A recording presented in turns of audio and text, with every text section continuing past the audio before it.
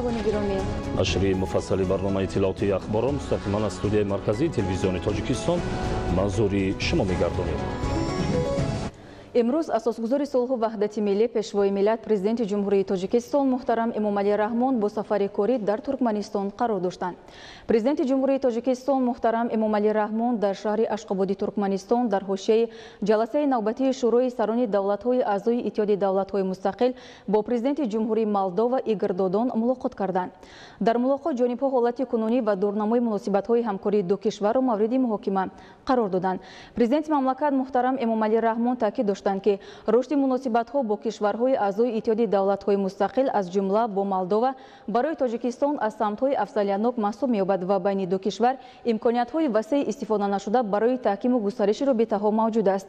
جانب‌ها ضمن ملاقات مسئله‌های همکاری در بخش‌های تجارتی و اقتصادی از جمله فعالگردانی کاری کمیسیای مشترک بین‌الحکومتی اوید به همکاری اقتصادی، تجارتی و علمی و تکنیکی، سرمایه‌گذاری، دستگیری صاحبکاری خرد و میانه، کشاورزی، ساحه‌های تندرستی و فرهنگی و گومانیتاری را بررسی کردند. عین حال در بررسی حکومت‌ها 7 سند بین‌الحکومتی قرار دارد و جانب‌ها خواستار تیزانیدن روند امضای آنها شدند. تطبیق سری وقتی برنامه همکاری اقتصادی بین حکومت‌های دو کشور تا سال 2021 و سازشنامه‌های همکاری در بخش‌های تندرستی، تربیت جسمانی، ورزش و فرهنگ برای هر دو دولت مهم ارزیابی گردید. در جریان ملاقات مسئله تحکیم رابطه‌ها در ساحه کشاورزی از جمله بیطاری، چربه‌داری، رستنی‌پروری، زنبورپروری، صادرات خشک‌میوه و عسل همچون سمت‌های دیگری افضلیت‌ناک همکاری بررسی کرده شد. امروز اساسگزار صلح و وحدت ملی پیشوای ملت پرزیدنت جمهوری تاجیکستان محترم امامعلی رحمان در شهر اشخاباد ترکمنستان در حاشیه جلسه نوبتی شورای سران دولت‌های اعضای اتحاد دولت‌های مستقل با پرزیدنت ترکمنستان گوربانگولی бердимухамедов ملاقات کردند. در جریان ملاقات مجموعه وسیع مسائل همکاری دوجانبه مورد بررسی قرار داده شد.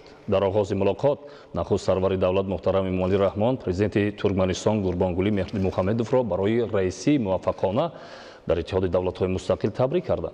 سران دولت‌ها نقش کمیسیای بین‌الحکومتی اوید به همکاری تجارتی و اقتصادی و علمی تکنیکی را برای تحکیم مناسبت‌های تجارتی و اقتصادی و به سطح صفتا نو برآوردن روابط دوجانبه مهم ارزیابی نمودند. جانب‌ها ضمن ملاقات مسئله‌های همکاری در ساحه‌های برای هر دو کشور سودمند صنعت سبک و کوهی، کشاورزی از جمله داد و گرفت محصولات کشاورزی، بخش سرمایه‌گذاری، بسازی همگرفهمی در ساحه‌های نقلیات و کمونیکاسیا، آبی و انرژتیکی، فرهنگی و گومانیتاری و ترانزیتی مورد بررسی قرار دادند. اینچنین به وزارت‌های کارهای خارجی دو کشور سپارش داده شد که جهت بررسی مسائل سیاسی و امنیتی مشورت‌های سیاسی دایر نمایند. جانب‌ها جهت افزایش حجم گردش مال بین دو کشور اندیشیدن چاره‌های مشخص را ضرور شمردند. در جریان صحبت جانب‌ها اوید به تأمین امنیت منطقه همچون یکی از مسئله‌های مبرم از جمله وضع افغانستان، مبارزه با تهدید و خطرهای جهان معاصر از قبیل تروریسم، اکستریمیسم، افراطگرایی دینی، قاچاق مواد نشاور و جنایت‌های متشکل فراملی گفتگوی سودمند انجام دادند. تأکید گردید که برای رسیدن به این هدفها همکاری زیچ ساختارهای نظامی دو کشور مهم و سریوقتی می باشد. در آخر ملاقات سران دولت‌ها دعوت به عمل آوردند که با مقصد تعمیق مناسبت‌های دوجانبه همکاری با سفرهای رسمی به دولت‌های یکدیگر تشریف آورند. امروز اساسگزار صلح و وحدت ملی پیشوای ملت پرزیدنت جمهوری تاجیکستان محترم امامعلی رحمان در شهر اشقاباد ترکمنستان در حوزه جلسه نوبتی شورای سران دولت‌های اعضای اتحاد دولت‌های مستقل با پرزیدنت جمهوری ازبکستان شوکت میرزیوف ملاقات کردند. در جریان واخوری جانب‌ها مسئله‌های پیشبرد شریک استراتژی و دورنمای همکاری سودمند کشورها را بررسی نمودند. پرزیدنت مملکت محترم امامعلی رحمان با اظهار خوشنودی از امکان دیدار و ملاقات نوبتی تاکید داشتند که هر یک واخوری جانب‌ها و محکمه رابطه‌های دوجانبه برای تحکیم شریک استراتژی سهمی باسازی می‌گذارد. سرور دولت محترم امامعلی رحمان از اقدامات نکوی جانبداری تشبس‌های یکدیگر در عرصه بین‌المللی و تطبیق سازشنامه‌های قبلا به امضا رسیده ساری قناعتمندی کردند. تاکید شد که ما باید این عنعنه‌ها را حفظ نماییم زیرا تاجیکستان و ازبکستان دارای اقتدار بزرگ فعالسازی همکاری متقابلا سودمند در همه سمت‌ها می‌باشند. جانب‌ها ضمن ملاقات مسئله‌های تطبیق لایحه‌های مشترک، ساختمان انشاءات اجتماعی در قلم ҳамравии кишварҳо робитаҳо дар соҳаҳои нақлиёту коммуникатсия, тавсеяи бахши тиҷорату иқтисодӣ байни ду давлатро муҳокима карданд. Густариши равобити фарҳангию гуманитарӣ ва мунтазам баргузор намудани чорабиниҳои фарҳангӣ бо иштироки арбобони фарҳанги санъату ҳунари ду кишвар аз мавзӯъҳои дигар ва муҳими мулоқот буд.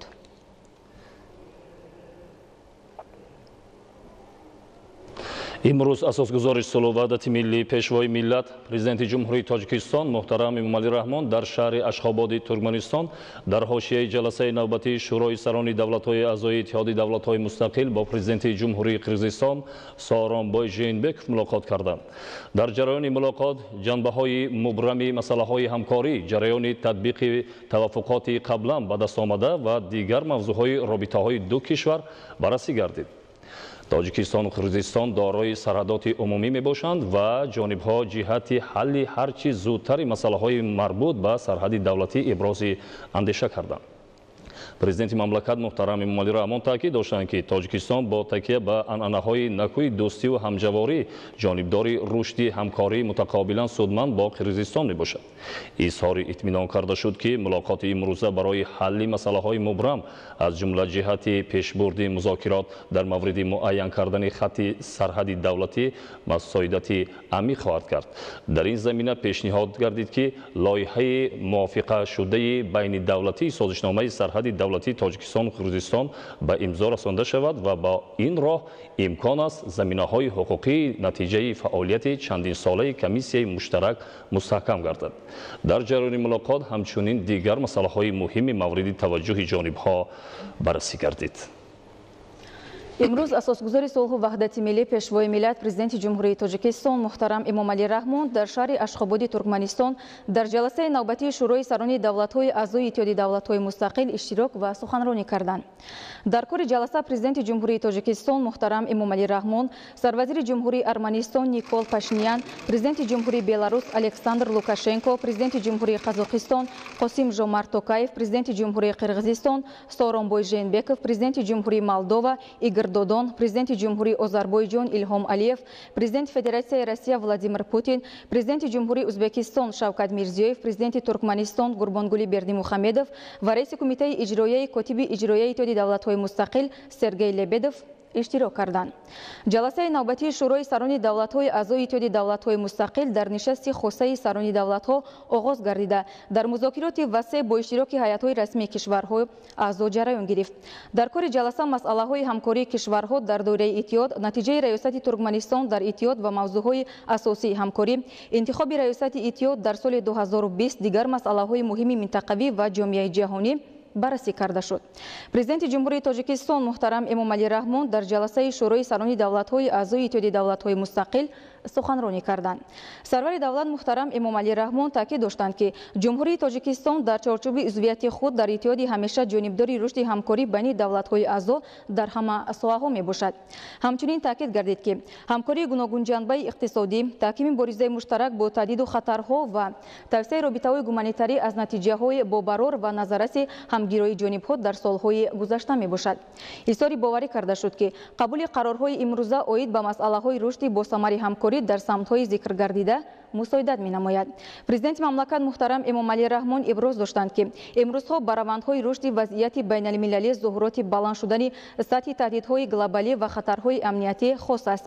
Дар чунин шароит таъмини муваффақонаи манфиатҳои умумии кишварҳои узви иттиҳоди давлатҳои мустақил аз бисёр ҷиҳат аз амалҳои минбадаи ҳамоҳангшуда вобаста аст. Сарвари давлат муҳтарам Эмомалӣ Раҳмон изҳор доштанд, ки иҷроиши пайгиронаи қарорҳои қаблан қабулшуда дар соҳаҳои дахалдори ҳамкории мо аҳамияти бузург дорад ва мо бояд онро минбаъд низ идома диҳем. Дар интиҳои кори ҷаласаи шӯрои сарони давлатҳои аъзои иттиҳоди давлатҳои мустақил баъди баррасии масъалаҳои рӯзномаи ҷаласа қарорҳо аз ҷумла изҳорот дар бораи ҳамкории стратегияи иқтисодии давлатҳои аъзои иттиҳоди давлатҳои мустақил қабул гардиданд. Ҳамчунин қарор карда шуд, ки ҷаласаи навбатии шӯрои сарони давлатҳои аъзои иттиҳоди давлатҳои мустақил соли 2020 дар ҷумҳурии Ӯзбекистон баргузор гардад. Дар ин зимн президенти ҷумҳурии Тоҷикистон муҳтарам Эмомалӣ Раҳмон фаъолияти муваффақонаи Туркманистонро дар садорати иттиҳод таъкид карданд. Сарвари давлат ҷониби Ӯзбекистонро ба муносибати гузаштани раисӣ ба он дар соли оянда табрику муборакбодӣ намуданд ва ба сарвари ин кишвари дӯсту ҳамсоя дар иҷрои вазифаи сермасъули раисӣ барори кор орзу карданд. кори ҷаласаи шӯрои сарони давлатҳои аъзои иттиҳоди давлатҳои мустақил зимни нишасти матбуотӣ бо доираи васеъ хабарнигорон натиҷагирӣ карда шуд. шоми имрӯз асосгузори сулҳу ваҳдати миллӣ пешвои миллат президенти ҷумҳурии тоҷикистон муҳтарам эмомалӣ раҳмон пас аз иштирок дар ҷаласаи шӯрои сарони давлатҳои аъзои иттиҳоди давлатҳои мустақил аз Туркманистон ба ватан баргаштанд. дар фурудгоҳи байналмилалӣ душанбе президенти ҷумҳурии тоҷикистон муҳтарам эмомалӣ раҳмонро раиси маҷлиси миллии маҷлиси олии ҷумҳурии тоҷикистон, раиси маҷлиси намояндагони маҷлиси олии ҷумҳурии тоҷикистон, сарвазири ҷумҳурии тоҷикистон, муовини роҳбари дастгоҳи иҷроияи президенти ҷумҳурии тоҷикистон ва дигар шахсони расмӣ истиқбол гирифтанд. дар асоси пешниҳоди раиси кумитаи тадрукот оид ба ҷашни 5500-солагии шаҳри Саразми Бостонӣ, сарвазири ҷумҳурии тоҷикистон муҳтарам Қоҳир Расулзода, асосгузори сулҳу ваҳдати миллӣ пешвои миллат президенти ҷумҳурии тоҷикистон муҳтарам Эмомалӣ Раҳмон рамзи ҷашни ин чорабиниро интихоб карданд. рамзи мазкур аз ҷониби иттифоқҳои рассомон ва дизайнерон омода гардида бо иштироки мутахассисони Академияи илмҳо ва Вазорати фарҳанг дар бахши ёрдамчии президенти ҷумҳурии тоҷикистон оид ба масъалаҳои рушди иҷтимоӣ ва робита бо ҷомеа мавриди баррасӣ қарор гирифт. рамзи 5500-солагии Саразми Бостонӣ доирашакл мебошад ва дар он нишонаҳои кишоварзӣ, ҳунармандӣ, шаҳрдорӣ ва шаҳрсозӣ будани Саразм ишора шуда, дар ду тарафи он номи Саразм бо забонҳои тоҷикӣ ва англисӣ ҷой гардида, дар поёни он 5500 бо рақам нишон дода шудааст. бозёфти тиллоии 12гӯша ки маҳсули ҷустуҷӯҳои охир дар Саразм мебошад, дар маркази рамз қарор дорад. дар миёнаи ин бозёфти 12 бурҷа деворҳои қадимаи Саразм ки аз гил сохта шуданд насб гардидааст. худи ин бозёфти тиллоии 12 бурҷа бо санъати волои заргарӣ сохта шуда, рамзи хуршед, офтоб ва меҳрро ифода менамояд. ҳалқаи гирди сабз ишора ба осмони кабуту беғубор буда, фазои осоиштаву сулҳу суботро таҷассум месозад. 12 бурҷи ин бозёфт агар таъкид ба 12 бурҷи фалак ва ё 12 моҳи сол бошад, ба шакли секунҷа овардани он рамзи ҳунарҳои хуршеди ҳаётбахш аст. парастиши офтоб аз ҷумлаи бовариҳои орёён ба пирӯзии нур бар зулмот буда, мазмуни эҳёшавии замин модарро ифода месозад. тадқиқоти бардавоми бостоншиносони ҷаҳон дар ёдгории Саразм собит сохтааст ки яке аз оинаҳои орёён аз ҷумла аҳли Саразм эътиқод ба хуршед, офтоб, меҳр будааст. ишора ва аломатҳои дигари ин рамз баёнгари бостонию таърихӣ будани Саразм буда, аз шӯҳрати Тоҷикистони соҳибистиқлол дарак медиҳад. вазорату идораҳо, ташкилоту муассисаҳо, мақомоти иҷроияи ҳокимияти давлатии вилоятҳо ва шаҳрноиҳо, воситаҳои ахбори омма метавонанд ба сифати намуна аз рамзи 5500-солагии Саразми Бостонӣ ки дар сомонаи президенти ҷумҳурии Тоҷикистон ҷойгир шудааст, васеъ истифода намоянд. соли 2020 5500-солагии Саразми Бостонӣ таҷлил карда мешавад. ёдгории қадимии Саразм ки дорои таърихи 5500 сола мебошад, ҳамчун маркази ташаккули тамаддуни кишоварзӣ, ҳунармандӣ ва шаҳрсозии тоҷикон, мамнунгоҳи таърихиву бостоншиносии Саразм эълон гардида, 31 июли соли 2010 он бо пешниҳоди президенти мамлакат аз ҷониби ЮНЕСКО ба феҳристи мероси фарҳангии умумибашарӣ ворид гардид. дар айни ҳол дар ин ёдгории қадима се гурӯҳи калони бостоншиносон кор карда истоданд. онҳо ба омодасозии ҳафриётҳо ва муайян кардани тарҳи шарҳи Саразм нахустин шаҳри Вародуд машғул ҳастанд. ёдовар мешавам ки ёдгории қадимаи Саразм дар километри 15 самти ғарбии шаҳри Панҷакин ҷойгир буда, ин шаҳрак дар зарфи беш аз 1000 сол ва бахусус дар давраҳои энолити, замони дер ва асри биринҷи замони барвақт рушд ёфта, дар худ робитаҳои гуногуни фарҳангӣ ва муносибатҳои мардуми тоҷикро таҷассум карда, ёдгории беназир ҳисобида шудааст. Саразм бузургтарин кашфиёт дар соҳаи археологияи Осиёи марказӣ мебошад. ҳукумати ҷумҳурии Тоҷикистон ба ёдгории Саразм ҳамчун намунаи барҷастаи осори таърих таваҷҷӯҳ намуда, дар асоси қарор соли 2001 ёдгории Саразми шаҳри Панҷакенро маркази ташаккули тамаддуни кишоварзӣ, ҳунармандӣ ва шаҳрсозии тоҷикон, мамнугоҳи таърихиву бостоншиносии Саразм эълон намуд. соли 2010 ёдгории Саразм ба феҳристи мероси умумиҷаҳонии фарҳангии ЮНЕСКО ворид гардид ва бо иқдоми президенти ҷумҳурии Тоҷикистон муҳтарам Эмомалӣ Раҳмон соли 2020 5500-солагии Саразми Бостонӣ ҷашн гирифта мешавад. طبق نقشه چهاربینی‌های حکومت جمهوری تاجیکستان کارهای آمادگی به این جشن آغاز یافتند کارهای علمی تحقیقاتی از حفریات‌های باستانشناسی تا تألیف و مرتب سازی رساله و اثرهای علمی عاموی، آلبوم‌های گوناگون و قسمت سوم کارهای ساختمانی، آبادگونی که تا روزی جشن باید که به انجام رسد. در دایره این جشنگیری عین زمان آبادانی و سازندگی ها در شهر پنجکند در سطح ضروری راهاندازی کرده شده است. طور اطلاع داده شد در روند گذراندن کارهای تحقیقاتی بوستانشناسان دیگر دولت ها نیز اشتراک دارند. حفریات‌ها با جلب بوستانشناسان هم جمهوری و هم بوستانشناسان خارجی، از جمله ما تعداد زیادی بوستانشناسانی که متخصصی دوره عین عالی و عهد برنجی هستند به سرازم جلب کردیم. این بوستانشناسان فدراسیون روسیه، بوستانشناسان از جمهوری فرانسه، بوستانشناسان از آلمان و از ایالات متحده آمریکا.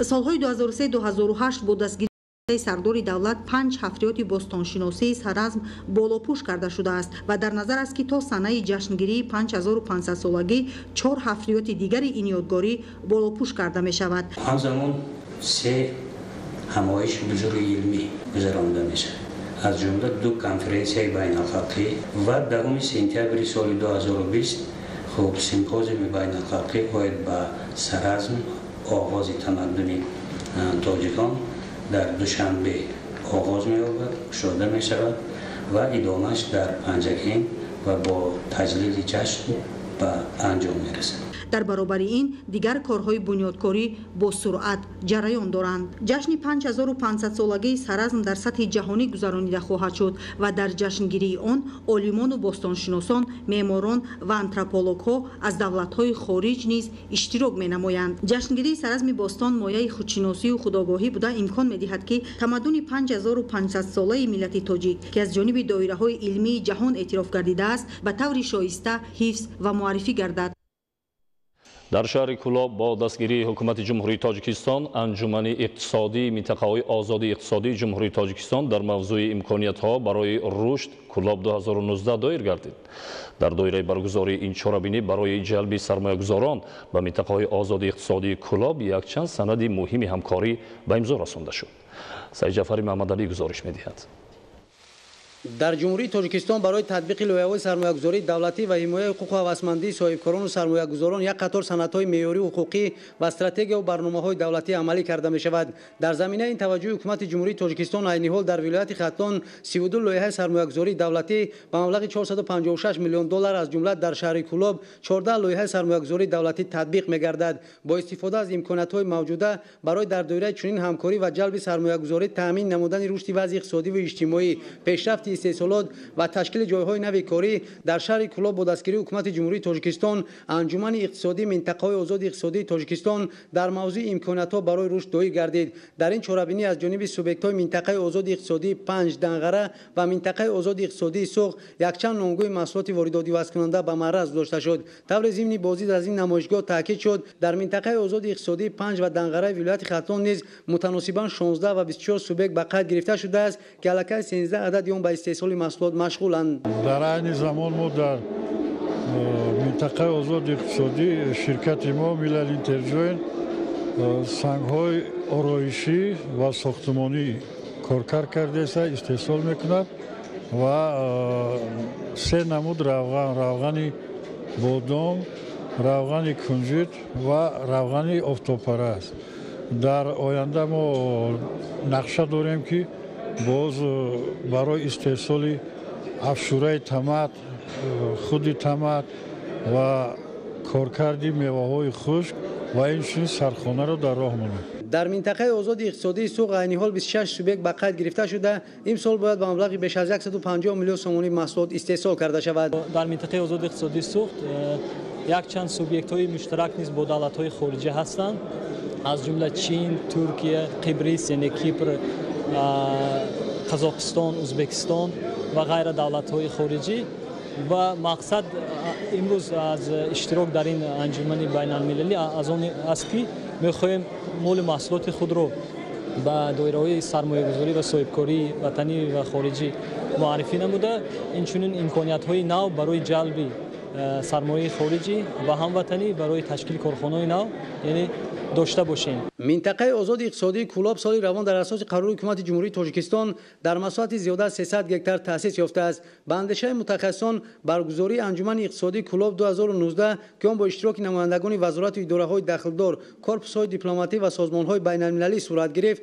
барои ҷалби сармоягузорон ба ин минтақаи озоди иқтисодӣ низ мусоидат хоҳад кард. мо боварӣ комил дорем ки баъди анҷуман ва муаррифӣ намудани минтақаи озоди иқтисодии Кӯлоб дар минтақаи озоди Кӯлоб субъектҳо зиёд мегарданд ва яке аз масъалаи муҳим яъне бо ҷои кор таъмин намудани аҳолӣ низ ҳалли худро меёбад. Дар анҷумани иқтисодии минтақаҳои озоди иқтисодии Тоҷикистон дар мавзӯи имкониятҳо барои рушд намояндагони ҳукумати ҷумҳурии Тоҷикистон, барномаи созмони амният ва ҳамкорӣ дар Аврупо, барномаи рушди созмони милали муттаҳид дар Тоҷикистон, баробарияти мақомоти иҷрокунандаи давлатии вилояти Хаттон оид ба имкониятҳои васеъи сармоягузорӣ, фаъолияти соҳибкорӣ, дастгирии фонди соҳибкорӣ дар ҷумҳурии Тоҷикистон ва имтиёзҳо барои минтақаҳои озоди иқтисодии Тоҷикистон баромад карда, иброз доштанд ки дар вилояти Хаттон махсус шаҳри Кӯлоб барои сармоягузорон тамоми имкониятҳо фароҳам гардидааст. Фурудгоҳи байналмилалӣ, роҳи оҳан, роҳи автомобилгарди байналмилалӣ ва як қатор имтиёзҳое ки аз ҷониби ҳукумати ҷумҳурии Тоҷикистон барои минтақаҳои озоди иқтисодӣ муқаррар шудааст, имкон медиҳад ки соҳибкорону сармоягузорон ҳадафҳои хешро амалӣ намоянд. Дар анҷумани иқтисодӣ маъмурияти минтақаҳои озоди иқтисодии Суғд, Ишкошим, Данғара ва намояндагони Кумитаи кор бо занон ва оилаи назди ҳукумати ҷумҳурии Тоҷикистон, Кумитаи давлатии сармоягузорӣ ва идораи амволи давлатӣ ва фонди дастгирии соҳибкорӣ назди ҳукумати ҷумҳурии Тоҷикистон низ оид ба фаъолияти ширкати байналмилалии Максим дар ҷумҳурии Тоҷикистон, иқлими сармоягузорӣ дар ҷумҳурии Тоҷикистон, лоиҳаҳои инвеститсионӣ барои минтақаҳои озоди иқтисодии Суғд, Данғара ва Ишкошим, грантҳои президентӣ омили рушди соҳибкории занон ва принсипҳои ташаккул ва роҳҳои асосӣ барои рушди минтақаҳои озоди иқтисодӣ баромад карда дар Фарҷом созишномаҳо имзо карда шуд ва дар идомаи анҷумани иқтисодии Кӯлоб 2019 ҳозирин аз минтақаи озоди иқтисодии Кӯлоб ва фаъолияти корхонаи истеҳсоли риштаи ҷамъияти дорои масоҳаташ маҳдуди ресандаи Кӯлоб ва маҷмӯаи кишоварзии саноатии Кӯлоб дар хоҷагии Мир Саид Алии Ҳамадонӣ дидан карданд. бо иқдомҳои созанда ва ташаббусҳои беназири асосгузори Солҳу ваҳдати миллӣ пешвои миллат президенти ҷумҳурии Тоҷикистон муҳтарам Эмомалӣ Раҳмон ва раиси шаҳри Душанбе муҳтарам Рустами Эмомалӣ дар тӯли 3 соли охир бунёди майдончаҳои варзишӣ дар шаҳри Душанбе бесобиқа буда. Ин раванд ба солимии ҷомеа ва оммавӣ гардонидани варзиш байни аҳоли заминаи воқеӣ мегузорад. Бунёд ва мавриди баҳрабардорӣ қарор гирифтани боз як майдончаи варзишӣ дар кӯчаи Садриддин Айни ноҳияи Шоҳ Мансур далели воқеи ин гуфтаҳост. Тафсилоти бештар дар гузориши Нуралӣ Сафомуддин. иншооти муосири варзишӣ дорои шароиту имконоти мусоиди солимгардонӣ ва бозӣ барои кӯдакон буда барои ба варзиш ва истироҳату фароғати сокинони атроф пешбинӣ гардидааст. дар ҳудуди 4 ноҳияи пойтахт беш аз 60 майдончаи варзишӣ ба нақша гирифта шудааст ки аз ин 48 адади он мавриди баҳрабардорӣ қарор дода шуда раванди бунёдкорӣ дар иншооти варзишии боқимонда бо суръат ва сифати баланд идома дорад. майдончаи варзишӣ ва бозӣ барои кӯдакон дар шаҳраки 191-192 ноҳияи Шоҳ Мансури шаҳри Душанбе аз ҷониби дирексияи сохтмони иншооти ҳукуматии дастгоҳи иҷроияи президенти ҷумҳурии Тоҷикистон сохта шуда, он дорои шароити мусоид барои машғулият ва фароғати сокинон мебошад. тибқи лоиҳа иншооти варзишӣ дар масоҳати умумии 6941 метри мураббаъ сохта шудааст. майдончаи мазкур дорои майдони хурди футбол, волейбол, бозӣ барои кӯдакон, айвону нишастгоҳҳо ва нуқтаи фароғату истироҳати сокинон мебошад. бо ташаббуси ҳукумати ҷумҳурии Тоҷикистон аз ҷониби дирексияи сохтмонии иншооти ҳукуматии дастгоҳи иҷроияи президенти ҷумҳурии Тоҷикистон як майдончаи варзишӣ дар кӯчаи Садриддин Айни шаҳраки 191-192 ноҳияи Шоҳ Мансур сохта ва истифода дода шуд. масоҳати умумии иншоот 694 метр мураббаъ буда, масоҳати майдонча 330 метр квадрат мебошад. дар майдонча барои бозии кӯдакон шароит фароҳам шудааст. дар баробари бунёди майдончаҳои варзишиву бозӣ барои кӯдакон ҳамзамон роҳравҳои гирду атроф ва дохили ин иншооти варзишӣ бо сафолакҳои рангаи бетонӣ рӯйпӯш карда шуданд ва ҳамзамон гирду атрофи сохтмони мазкур сабзазор ва бо гулҳои ороишӣ оро ёфтааст. бо бунёди майдончаи муосири варзишӣ ҷавонону сокинон изҳори хушҳолӣ намуда самараи ҳамаи ин ободкориҳоро идомаи иқдомҳои созандаи пешвои муаззами миллат муҳтарам Эмомалӣ Раҳмон ва ташаббусҳои бунёдкоронаи раиси шаҳри Душанбе муҳтарам Рустами Эмомалӣ арзёбӣ мекунанд. барои машғул шудани ҷавонон ба варзиш ва фароғати сокинони шаҳри Душанбе иқдомҳои наҷибона амалӣ мегарданд. و با مقصد تازه آزاده نگاه داشتن چنین میدانچه‌های ورزشی و میدان‌ها برای بازی کودکان و سالهای طولانی در حالت کارشایم قرار داشتن آنها، ساکنان و مسئولان با احساس بلند شهروندی تلاش نمایند. در میدانچه بازی برای کودکان تمام تجهیزات ضروری با صفت نصب گردیده، کودکان و نورسان از این امکانات به طور وسیع استفاده میبرند. همه انشاءات ورزشی که فعلا در محله‌های اهالینشین پایتخت بنیاد شده‌اند، دارای شرایط امکانیت‌های موثر و مطابق به طلبات زمان ساخته شده‌اند. انشاءات ورزشی امکان فراهم می‌سازد که جوانان و نسل نورس در برابر فراغت به نمودهای گوناگون ورزش مشغول شده، از بی‌ثمر صرف شدن وقت قیمت خود خودداری نمایند. نورعلی صفامیدین، مهروز جمعه، برای برنامه اخبار. در دهه نواندرسای جماعتی دهاتی به نام ترسون الجابویف ناحیه اسپیتامین برای تامینات 3000 اهالی دهه با آب نوشاکی مرحله یکم خط آب مورد استفاده قرار گرفت. در جماعتی دهاتی تقایق باشد توسط اقدام دستجمعانه یک کوپروکی نو بنیاد کرده شد. گزارش محمود احمدزاده و الیاس باباجان. خط نو آب نوشاکی در دهه نواندرسای جماعت دهات به نام ترسون الجابویف با دستگیری و مبلغ‌گذاری مقامات اجرایی حاکمیت دولتی ولایت سوغد ناحیه اسپیتامین از جانب اداره خواجگی آب دهات ناحیه با کوفتن چاه‌های عمودی و کشیدن خط آب به دهه در مسافه 3 کیلومتر عملی گردید. برای کوفتن چاه عمودی 381,000 سومانی مبلغ از حساب بودجه دولتی روانه گردیده، کارهای کشیدن خط آب با جلب تکنیکا و حشر دستجمعانه ساکنان انجام داده می شود. دهه نواندرس‌های وابسته به احتیاجات اهالی به منزل زیست در زمین‌های للمه سال 2010 اساس گذاشته شد و در این موضع به ساکنان احتیاجمند ناحیه قطعه‌های نزد حولگی جدا و در مدت کوتاه با تهیه نقشه شهرک، بنیاد منزل‌های استقامتی، مکتب نو و دیگر انفراساختار لازمه دوره به دوره به یک موضع آباد ناحیه اسپیتامین مبدل می‌گردد. در حقیقت در همین دهه نو بنیاد آب نوشاکی نبود. با دستگیری همه مردم ما آب نوشاکی را به مردم تامین نمودیم. در ناحیه اسپیتامین عنعنه اینه که آبادی راه بنیاد انشاءات ضروری طریق حشر دستجمعی اهالی ماهیت خویش را بیشتر می‌کند. طریق حشر دستجمعی با مساعدت مقامات اجرایی حاکمیت دولتی ناحیه، اهل ساکنان دهه اتفاق جماعت دهات تقایق، خواجگی دهقانی و صاحبکاران در بالای سایه اقصی پل نو ماشینگذر با درازی 50 متر بنیاد نمودند. ضرورت بنیاد کوپروکی نو در آن است که پل ماشینگذر بنابر استفاده سالهای طولانی و تاثیر آفت طبیعی صدمه‌آور گردیده بود. کوپروکی نو در بالای سایه اقصی با خرج 180,000 سومانی با صفت بلند ساخته شده است که به حرکت ماشین ها با وزن معین و آفت طبیعی تاب‌آور می باشد. آرزوی دیرینه ما همین بود که در این سال یک پل کلان مستحکم سازیم. پیشینه کوپروک بود لیکن مستحکم نبود. چند سال خدمت کرد. برای ساختن این پل نو مردمان دهه اتفاق بسیار خسته گذاشتند. ضمن به استفاده دهی کوپروکی نو ذکر گردید که امروز در شهرک و دهات ناحیه اسپیتامین از حساب بودجه دولتی و سهم صاحبکاران در دایره آمادگی ها به جشن 30 سالگی استقلالیت دولتی جمهوری تاجیکستان تمام یک سال آخر 150 انشاءات نو بنیاد گردیده است و تا سال 2021 این شماره به بیش از 410 هدر رسانیده می شود. محمود احمدزاده، الیاس باباجان، ناحیه اسپیتامین برای برنامه اخبار. دستگیری‌های پیوسته حکومت جمهوری تاجیکستان در سمت دستگیری بخش خصوصی باعث رغبالندی صاحبکاران گردیده، آنها در نوسازی کارخانه‌های صنعتی از کارمانده کمری همت بستند. در ناحیه شهر نو در دایره تدبیرهای بنیادکاری با اقدام عائله اولیموف‌ها در شهرک میرزا ترسونزاده مرکز خدمترسانی مطابق با معیارهای معماری و ساختمانی ساخته به استفاده داده شد. در دایره اقدام‌های سازنده به استقبال 30 سالگی استقلالیت دولتی جمهوری تاجیکستان در ناحیه شهر نو، ساختمان انشاءات دارای تعیینات گوناگون و بنیاد کارگاه و کارخانه‌های نوی صنعتی ادامه دارد. در جمعیت سهامی پوشیده پرنده پروری شهر نو سالهای پیش تا 1 میلیون دانه مرغ تخمده پرورش می‌یافت و در یک روز تا 800,000 دانه تخم استحصال می‌گردید. دوام سالیان زیاد از کار باز مانده بود. دستگیری های همیشگی و هدایت های راهنمونساز پیشوای ملت محترم امام علی رحمان را صاحبکاران محلی سرمشق کاری خود نموده این کارخانه آوازده را از نو برقرار نمودند.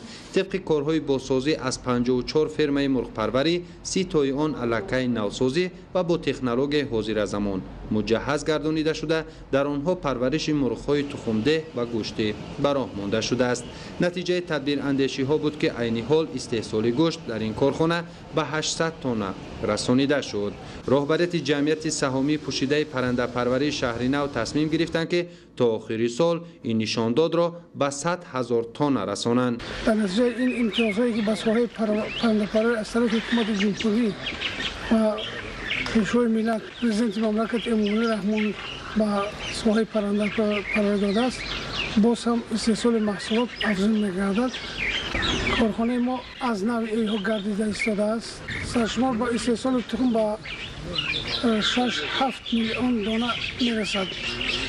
اینچنین در کارخانه امروز پرورش ذات مرغ گوشتی برای مانده شده است. بنیاد و نوسازی دهها کارخانه‌های پرنده پروری بود که واردات تخم و گوشت از خارج کشور به مراتب کاهش یافت و امروز استعمال کنندگان محض از محصولات استحصال گردیده کارخانه‌های وطنی گوشت و تخم را خریداری می‌نمایند. فعالیت نظررس چنین کارخانه‌ها است که سال تا سال سرشمار این گوشت پرهیزی زیاد و بازار استعمالی تأمین می‌گردد. در برابر این در این کارخانه پرورش ماهی‌های نوع امور سفید، سزن، گلماهی و لقه ماهی براه مانده شده است. در اینجا ده اینفراستراکچور ضروری ساخته شده است و برای رشد این ساحه تمام شرایط مهیا می باشد. همزمان با استقبال سزاوار جشن عمومی ملی 30 سالگی استقلالیت دولتی جمهوری تاجیکستان با اقدام عائله عالی مفاد در کوچه کمال خوجندی جماعت شهرک میرزا ترسونزاده ناحیه یک بینای دو آشیانه مطابق به معیارهای معماری و ساختمانی ساخته به استفاده داده شد. قسم یکم کارخانه تستیار، مغازه خوراکواری، اپتکا، مهمانخانه. در قسم بالایی با جای بازی کودکانه.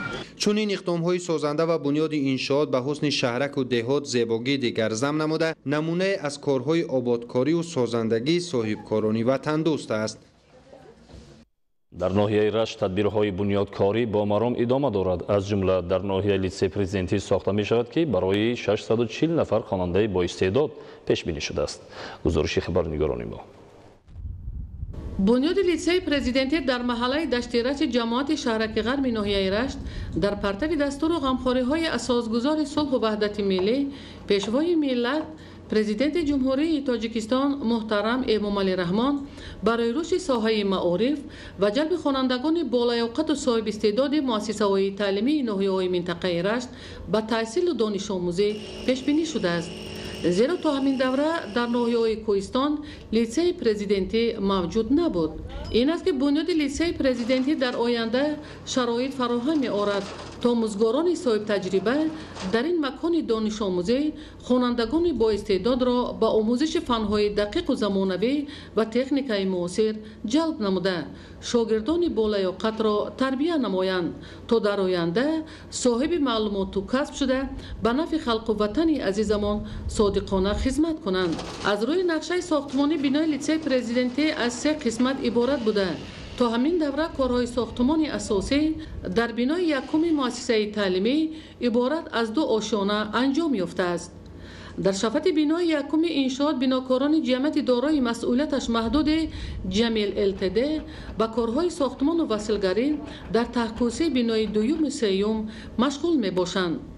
ساختمان بنای لیسه پرزیدنتی اساساً از حساب مبلغ‌های دیرکسیون ساختمانی انشاءات حکومتی دستگاه اجرایی پرزیدنت جمهوری تاجیکستان بابت رشد ساحه معارف عملی شده ایستاده است. کارهای ساختمانی از روی نقشه فرمایشگر جریان داشته. بنای مؤسسه تعلیمی در ناحیه رشت مرحله به مرحله تا جشن 30 سالگی استقلالیت دولتی جمهوری تاجیکستان با همه شرایط‌های زمانوی به استفاده داده می شود. ایدگل محمود دادرجان مرزازاده برای برنامه اخبار از ناحیه رشت. بخطری حرکت در راه از معرفت بلند رانندگان و دیگر اشتراکچیان حرکت وابسته است. رعایت قاعده‌های مقرر گردیده در راه باعث کاهش حالت‌های صدمه‌ناک می‌گردد. اکثر صدمه‌های نقلیاتی در تاجیکستان از جانب جوانان و نابالغان به قید گرفته می‌شود. زیرا جوانان در بیشتر حالت قاعده‌های عادی حرکت در راه را رعایت نمی‌کنند. امروز در شهر دوشنبه به خصوص نزد مرکزهای سودا بسیاری از رانندگان نقلیات‌های خود را در قطار دومی راه می‌گذارند که این باعث تنبشوی و صدمه‌های ناخوش نقلیاتی می‌گردد. اکثرا رانندگان این نقلیات جوانان می باشند. گزارش همکاران ما. ضمن گذراندن چهاربینی معین گردید که ساکنان رانندگان از حساب بی‌مسئولیتی و بی‌اهمیتی با ویران کردن قاعده‌های راه دست میزنند که این در نتیجه باعث تنبشوی نقلیات و بی سر و سامانی‌های زیاد میان خود رانندگان و ساکنان شهر میگردد. من راننده خطسری 33 عبدالزاده عبدالجبار، من با همین تنبشوی گفتنیم که خیلی مسافرها اصلا باید در ایستگاه ها ما را انتظار شوند. بعضا وقتا می شود که دمی مسافرها مجبور میکنند که در اینجا بسین در اونجا بسین، بلکه همین برطرف کرده شود خوبتر می شود. مثلا نمی تنبشوی و یا اگر در ایستگاه ها ما را منتظر شوند خوبتر می شود. در نزد جاهای سرودم از قبیل بازار و مرکزهای سودا رانندگان از حساب بی‌نظارتی ماشین‌های خود را در کنار راه می‌گذارند. ضمن گذراندن چهاربینی دایر به در کدام حالت قرار داشتن نظام واسطه‌های نقلیات معین گردید که در گردش جمعیت دارای مسئولیتش محدودی بازار کاروان گرچند چراغک راهنما با سبب نامعلوم کار نمی‌کند، ولی کارمندان بازرسی دولتی اتومبیلی منطقه مذکور برای به نظام ضروری واسطه‌های نقلیات فعالیت خود را به راه ماندند. اینا در جای ایستگاه نمی‌رسن. جایی که گذرگاه در گذرگاه معلوم می‌کنم. همین در جایی که گفتگی آنشون که در همکار جواب فعالیت کنن، در جای خیلی جواب فعالیت نمی‌کنن. مقصد صبر رانندگان فعالیت نمی‌کنن. بازرسی دولتی اتومبیلی فعالیت می‌کنن، رانندگان این چیزا جایی که ممکن نیست من کدام من می‌کنم. در سین پلاسه آدم باشه آدم هم میگیرن. از این سبب خواستیم با یک چند نفری آنها صحبت کنیم، ولی آنها یارای صحبت نداشتند و زود ترک جا نمودند. چون قاعده ویرانکنی در محله 46 نیز به نظر رسید که در آنجا یگان ناظر راه نبود و از همین سبب رانندگان در جای دلخواه ماشین خود را گذاشته به قبول مسافران مشغول شدند. نزدیک بازار سلطان کبیر گویا به توقفگاهی ساخته مانند باشد و رانندگان به قاعده شکنی دست میزنند. مثلا راننده لند کروزر ابونظروف محمور ماشین خود را در قطار دوم گذاشته طول چند مدت از او خبر نبود. شای ابایا نزدیک بازار سلطان کبیر رید مشترک گذراندیم. در همین سبب اون که در دیم قطار واسطه نقلات رو میمونند بی‌نظارت میمونند درون بازار میگردند و دیگر جلو میروند. از همین سبب اینجا بسیارتر با دیگر واسطه نقلات خلل میرسونند. امروز ما چهاربینی گذراندیم.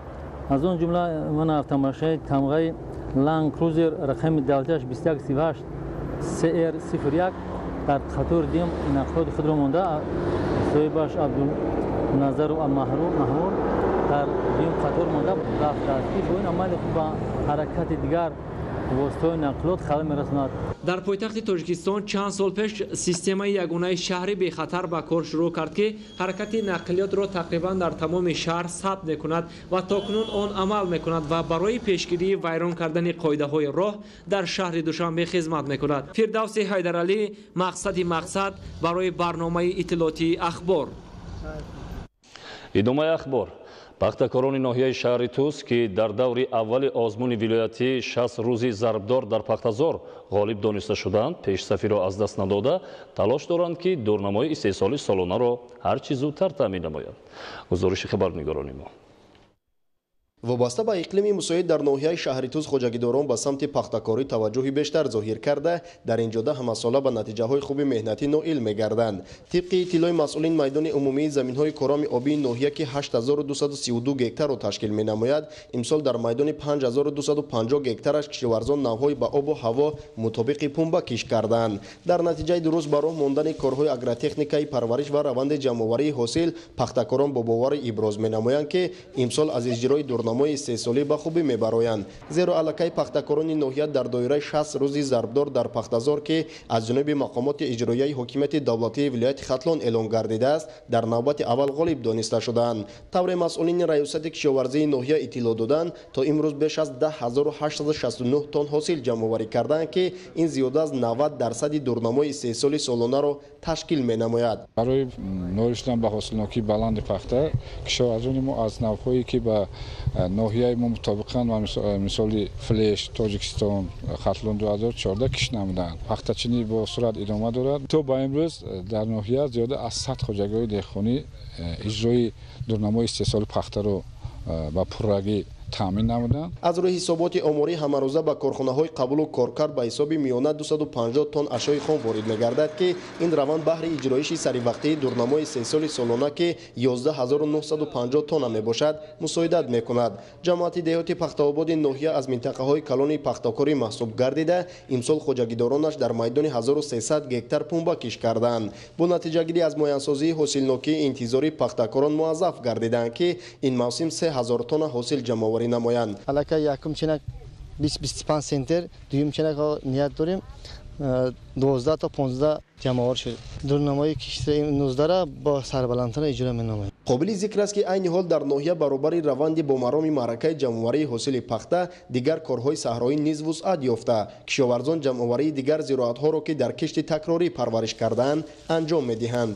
деҳқонон дар кишти такрорӣ дар майдони ҳудуди 200 гектар кишти чормағзаки заминеро ба роҳ монда буданд ки самари ба бор овардаи он шаҳодат аз он медиҳад ки боду ҳавои ноҳия барои ба даст овардани ҳосили дилхоҳи ин зироат мусоид аст ва ин ҳолат ҳавасмандии деҳқононро ҷиҳати дар солҳои оянда зиёд намудани майдони кишту парвариши он дучанд намудааст. худойдоди раҷаб, искандари саид, ноҳияи шаҳри туз, ахбор.